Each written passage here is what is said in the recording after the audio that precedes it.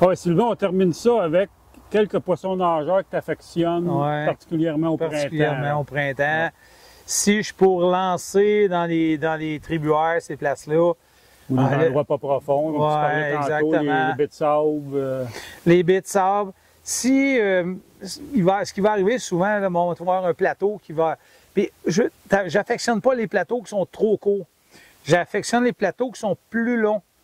30, 40, 50, 60, 100 pieds de long, où ça part d'un pied, là, puis ça descend tranquillement 8, 9, 10 pieds d'eau, où là, avant d'arriver dans le grand bassin. Souvent, il va y avoir un arrivée, il va y avoir une petite pointe qui va avancer. Les grosses femelles vont affectionner ça. Ils vont s'avancer sur cette pointe-là. Puis souvent, ça va être une pointe où il va y avoir quelques roches, 2, 3, 4 roches. Mais tu sais, tu te rends compte, bon, ça descend tranquillement taper, mais là, il y a un petit tas en mode roche. Les grosses femelles ils vont se ramasser là la plupart du temps. OK. Les beaux dorés, là, on peut arriver, j'ai une couple de places apparentes comme ça qu'on arrive là, puis tu arrives là au printemps, tu peux être certain, si tu te mets en dehors, tu le relances, ils vont réagir tout de suite. Puis là, bon, si tu fais le tour de la panoplie A, B, C, tu vas réussir à les attraper. Fait qu'ici, le Hit Stick, ça c'est un leurre que tu m'as fait découvrir que je ne connaissais pas. Hit Stick. C'est Berkeley qui fait ça. Berkeley qui fait ça. Celui-là, il ressemble à une truite un peu. C'est une truite. Ça, hein? Ah! Je ne sais pas pourquoi. Cette couleur-là, pour moi, là, c'est une de mes couleurs favorites. D'ailleurs, c'est ma copine qui l'a mis. Tu sais comment c'est, hein? Ah oui. Hey, il y a du rose après, je la veux. Puis évidemment, ben, tu as les X-Wrap qui, au printemps, sont super bons. Rappelle-la X-Wrap. Ouais. Avec la petite touffe de poêle sur le trépied de ça manque jamais. C'est un bon leurre, ça. Ouais, la touffe de poêle en arrière, c'est... c'est parfait pour le jerky. Oui, exactement. Exactement.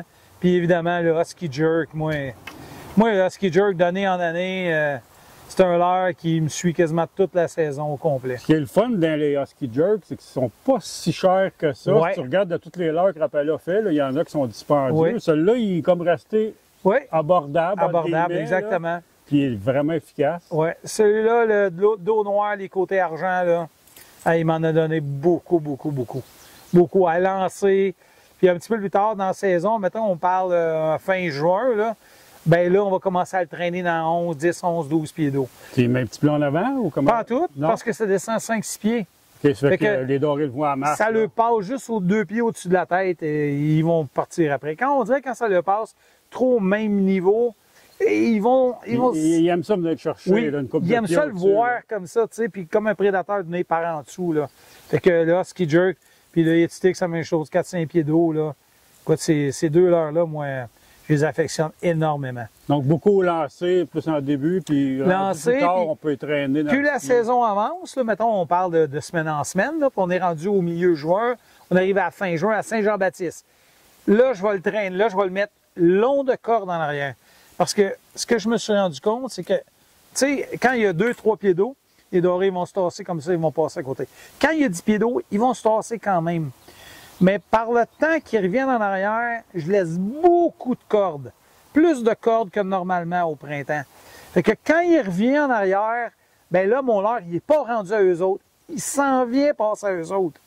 Et quand il passe à côté d'eux autres, ben là, la plupart du temps, c'est là qu'ils vont sauter sur le leurre.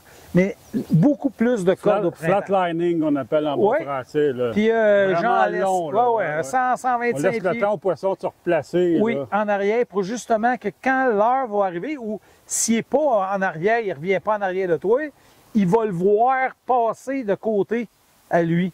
Bien là, tu vas augmenter tes chances de réussir à en prendre. Parce que si tu lances un lancer moyen, mais ce qui va arriver, c'est que le leurre va être passé, et là, ils vont arriver. Ça donne rien. Ils l'ont pas vu, ils ne le voient pas. Fait que j'aime mieux laisser beaucoup plus. J'aime ça, moi, long de corde, là. Mais 150, des fois, je peux laisser même jusqu'à 180 pieds, 200 pieds de corde. Dans ce temps-là, ben, ce qui était là est revenu en arrière, puis là, ben, tu réussis à passer à travers. Ce qui est important, c'est que le monde qui vont se servir des leurres qu'on a parlé aujourd'hui, envoyer des photos au magazine.